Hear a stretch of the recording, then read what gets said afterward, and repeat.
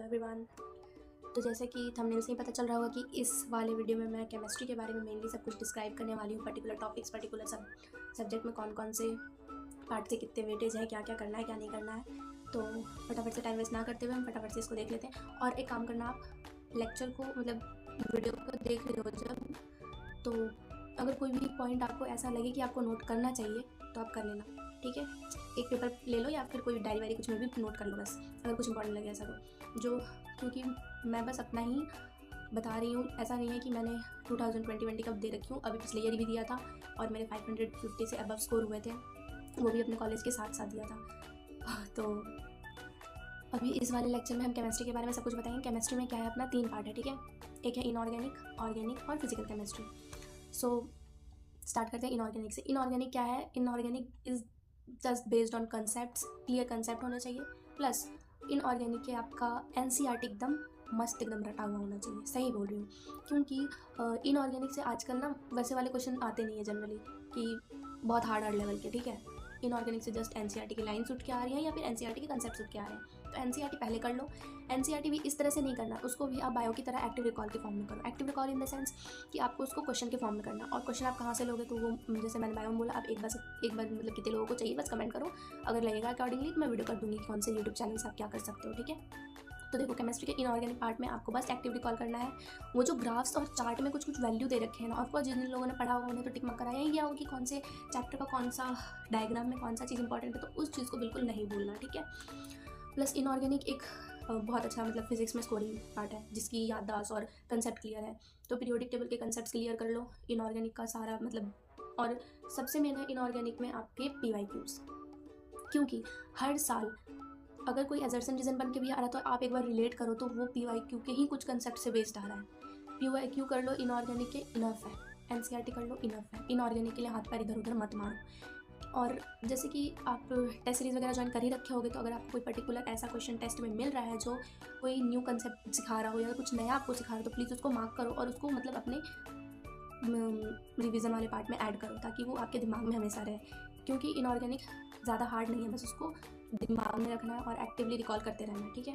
और उसके लिए सबसे मस्ट है कि आपके कंसेप्ट बहुत क्लियर होने चाहिए, जैसे इलेक्ट्रोनेगेटिविटी और इंथैल्पी, इन सब के क्वेश्चन आपके माइंड में एनर्जी कौन किसके प्रोपोर्शनल है, लैटिस एनर्जी वगैरह ये सब का, ठीक है। तो पहले अपने कंसेप्ट क्लियर करो, देन एनसीईआरटी पढ़ो, देन PYQ करो। PYQ और जो PYQ के सोल्यूशंस होते हैं उनमें भी बहुत न्यू न्यू कंसेप्ट बताते हैं, तो उनको भी एक बार देख लिया करना, ठीक है।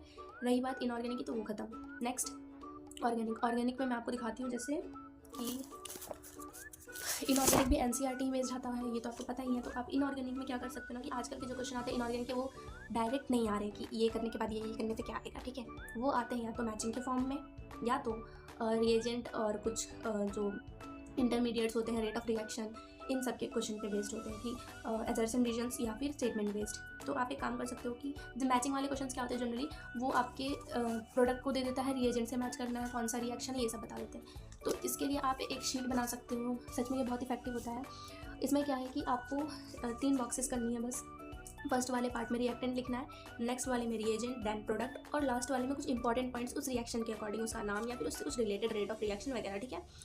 तो जैसे देखो, मैंने यहाँ वाले पार्ट में रिएजेंट्स लिख रखे, मतलब रिएक्टेंट लिख रखे हैं। तो आप जब रिवाइज करो तो आपको सारी चीज़ें रहनी चाहिए याद, कि क्या इंटरमीडिएट बन रहा है, क्या रिएजेंट यूज हो रहा है, क्या प्रोडक्ट बन रहा है, और क्या उसके इंपॉर्टेंट पॉइंट्स हैं। तो फर्स्ट ऑफ ऑल तो आप ये कर सकते हो कि आप रिएजेंट गायब करके, मतलब किसी भी चीज़ से रिएजेंट हटाओ और दोनों को इनको रिलेट करो कि इसमें क्या ऐसा डाले कि ये बने और रिएक्शन का नाम ये है, ठीक है। तो इससे क्या होगा कि आपका एक्टिव रिकॉल होगा ऑर्गेनिक में भी, मतलब ऑर्गेनिक वाला में भी। एक्टिव रिकॉल इसलिए इंपॉर्टेंट है ना गाइस, क्यों मैं बार बार एक्टिव रिकॉल बोल रही हूँ, क्योंकि एक्टिव रिकॉल जो होता है वो क्वेश्चन के फॉर्म में होता है। तो जब आप पेपर में क्वेश्चन देखोगे तो फट से क्लिक करने वाले हो, और आपको भी पता है कि नीट का पेपर सिर्फ टाइम बेस्ड होता है। अगर आपने टाइम मैनेजमेंट करना पेपर में सीख लिया तो आप समझ लो बस खेल गए। अगर आपको सब कुछ आता है तो टाइम की वजह से तो आपका कभी गड़बड़ नहीं होने वाला, ठीक है। नेक्स्ट आप क्या कर सकते हो कि प्रोडक्ट गायब कर सकते हो, मतलब इस तरह से रिवाइज करना है इस शीट को कि पहले आपने रिएजेंट गायब करा, आपने इसके बेसिस पे रिएजेंट डिसाइड किया। नेक्स्ट आप प्रोडक्ट हटाओ, इन दोनों के बेस पे ये वाला बताओ। थर्डली पॉइंट आप इंपॉर्टेंट पॉइंट्स, इस ये कौन सा रिएक्शन है, ये यहाँ पे नाम होगा। तो ये इस तरह से आप रिवाइज कर सकते हो, ठीक है। इस तरह से मैंने लगभग पूरी ऑर्गेनिक मेरी 7 पेजेस में कवर है, ठीक है। और इसको रिवाइज करने में मुझे मैक्सिमम 2 घंटे लगते। तो हर सैटरडे या हर वीक में हर 2 दिन पे 2 घंटे आप दे ही सकते हो उसको, या फिर आप बैठे बैठे भी देखोगे तो बहुत चीज़ें दिमाग में चलती रहती हैं। तो मतलब ऑर्गेनिकली आप ये चीज़ फॉलो कर सकते हो और ये बहुत इफेक्टिव होता है। मैं गारंटी के साथ बोल सकती हूँ, क्योंकि मेरी ऑर्गेनिक इतनी ज़्यादा स्ट्रांग हो गई है ना इसी वजह से कि अब मुझे ऑर्गेनिक का टेंशन ही नहीं होता। और ऑर्गेनिक मैंने पढ़ा कहाँ से था, तो ऑर्गेनिक मैंने पंकज सर से किया था कंप्लीट। तो वो तो बेस्ट टीचर हैं, ये सबको भी पता है।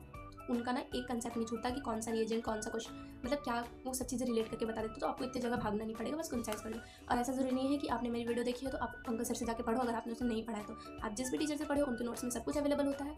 तो और वो इनफ है नीट के लिए, ठीक है, नीट के ऑर्गेनिक वाले पार्ट के लिए। तो अपने फर्स्ट ऑफ ऑल तो मैं बोलूँगी कि पहले आप अपना कंसेप्ट क्लियर कर लो इसमें कि न्यूक्लियोफाइल और ये जो सबसे पहले जीओसी कंप्लीट करो, आइसोमेरिज्म वगैरह करो, क्योंकि उनसे अगर वो सही होगा आपका तब जाके ऑर्गेनिक पार्ट बहुत अच्छे से बनेगा, ठीक है। इन दोनों को करो, फिर उसके बाद आप ये पर्टिकुलर वाइज चैप्टर वाइज जाओ, हाइड्रोकार्बन्स करो, फिर उसके बाद एल्डिहाइड, ये सारी वाली करते जाओ, ठीक है। अगर ये सारी चीज़ें हो गई तो उसके अकॉर्डिंग अपना एक शीट रेडी कर लो। ज़्यादा दिन नहीं लगेंगे, एक चीज़ को ज़्यादा टाइम नहीं देना है क्योंकि टाइम अपने पास बहुत कम है। शीट बना लो और शीट को रिवाइज करते रहो, ठीक है। और शीट में आपको जो भी पॉइंट ऐसा लगता है कि आपको ऐड करना चाहिए उस पर्टिकुलर रिएक्शन में, आप उसको ऐड करो, ठीक है। और ये हो गया ऑर्गेनिक का सारा काम। बचता है फिजिकल का पार्ट, केमिस्ट्री का। तो फिजिकल की केमिस्ट्री वाले पार्ट में क्या है कि फिजिकल में देखो, फिजिकल वो पार्ट ना वो वाले फिजिकल का केमिस्ट्री उनसे ईजिली बन जाता है जिनके मतलब इलेक्ट्रोकेमिस्ट्री जैसे एग्जांपल लेते तो इलेक्ट्रोकेमिस्ट्री में साइन वाइन का कन्वेंशन सही रखना, ठीक है, कि ऑक्सीडेशन वाले में क्या होगा। और फिजिकल केमिस्ट्री में क्या है कि सब कुछ आपके माइंड पे, आप जितना इफेक्टिवली वहाँ क्वेश्चन रीड करोगे उतना इफेक्टिवली आंसर आएगा। क्वेश्चन में कई बार होता है पढ़ते पढ़ते हम बहुत चीज़ें छोड़ देते हैं और बहुत सारी चीज़ें जो होती है मतलब क्वेश्चन के अंदर अंदर दी रहती है। तो अगर जैसे मान लो किसी से कोई क्वेश्चन नहीं बन रहा तो उसका सबसे बढ़िया अप्रोच ये होता है कि आप क्वेश्चन देखो, क्वेश्चन में क्या पूछ रहा है उसका फॉर्मूला लिखो। फॉर्मूला 2-3 हो सकते हैं। अब ऊपर जाके देखो कि उस क्वेश्चन में क्या क्या दे रखा है तो कौन सा फॉर्मूला हम अप्लाई कर सकते हैं। अब उस फॉर्मूले में जाओ और जो जो आपको एब्सेंट लग रहा है उसके अकॉर्डिंग अपना आंसर कर लो, ठीक है। अगर कुछ एब्सेंट है तो वो किस और फॉर्मूले से निकल सकता है वो देख लो। तो आपको डायरेक्ट अप्रोच अगर नहीं पता है तो ऐसा मत सोचना कि आपसे फिजिकल केमिस्ट्री नहीं बनेगी। फिजिकल केमिस्ट्री हो सकती है, बन सकती है आपसे, बस आप कॉन्फिडेंस रखो अपने ऊपर। और जैसा कि मैंने बताया कि अगर कोई क्वेश्चन ऐसा मिल जाए आपको जो आपको लगता है नहीं बन सकता है मेरे से, तो इस चीज़ को फॉलो करो, इस अप्रोच को।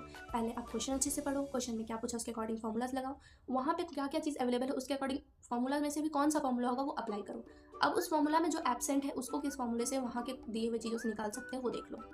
आपको लग रहा होगा ये बहुत लंबा प्रोसेस है, लेकिन जब आप करोगे तो ये बहुत ईजी है, सही बोल रही हो। और इससे क्या होगा कि एक अप्रोच बनता जाएगा। जरूरी नहीं है कि आप टीचर के ही अप्रोच को फॉलो करें कि उन्हें पता है कि इस क्वेश्चन में पहले एन निकालना है तो आप एन ही निकालने बैठो, क्योंकि हमें नहीं पता कि वहाँ पे क्वेश्चन में एन ही निकालना है पहले, ठीक है, कि वो क्वेश्चन हमारे लिए थोड़ा अलग होगा ठीक है। तो जिनकी भी फिजिकल केमिस्ट्री खराब है बिल्कुल टेंशन मत लो, इस अप्रोच के साथ अभी से करते जाओगे तो फाइनल तक में आपकी स्पीड इतनी अच्छी हो जाएगी फिजिकल केमिस्ट्री में कि बोलना ही नहीं आगे। और फिजिकल केमिस्ट्री का एजर्स एंड रीजन तो उतने नहीं आते हैं, बट अगर आप कंसेप्ट अपने क्लियर है तो और क्या है। जैसे एक बार याद है कि ये जो क्वेश्चन था क्या नाम है उसका, सब सॉल्युबिलिटी में ये जो है वो कौन सा है, relative lowering in vapour pressure में P0 किसको रिप्रेजेंट कर रहा है, P किसको रिप्रेजेंट कर रहा है, जीटा किसको रिप्रेजेंट कर रहा है, सॉल्वेंट का कि सॉल्यूट का।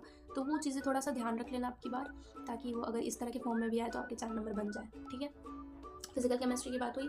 फिजिकल केमिस्ट्री में और क्या करना है, फिजिकल केमिस्ट्री में इससे ज़्यादा कुछ नहीं करना है, बस क्वेश्चन प्रैक्टिस करनी है और कुछ नहीं। तो इनऑर्गेनिक मैंने डिफाइन किया कि जो क्वेश्चन आपको मिल रहे हैं न्यू कंसेप्ट के उनको ध्यान रखो, अपने शीट्स में ऐड करते जाओ। नेक्स्ट NCERT 1-2 बार पढ़ो, बहुत चीज़ें मिल जाएगी। एक्टिव रिकॉल करना सीखो इनऑर्गेनिक के लिए। ऑर्गेनिक के लिए शीट्स बनाओ, उससे पहले अपनी GOC आइसोमेरिज्म इन सबको एकदम स्ट्रॉन्ग करो, क्योंकि वो अगर स्ट्रॉन्ग रहेगा तो ये एकदम मतलब मक्खन की तरह बनेगा। और अपने ऊपर, अपने टीचर्स के ऊपर और अपने नोट्स के ऊपर भरोसा रखो, सब होगा।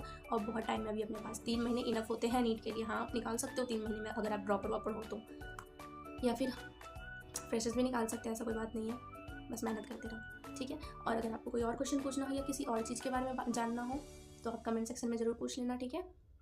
तो मिलते हैं नेक्स्ट वीडियो में।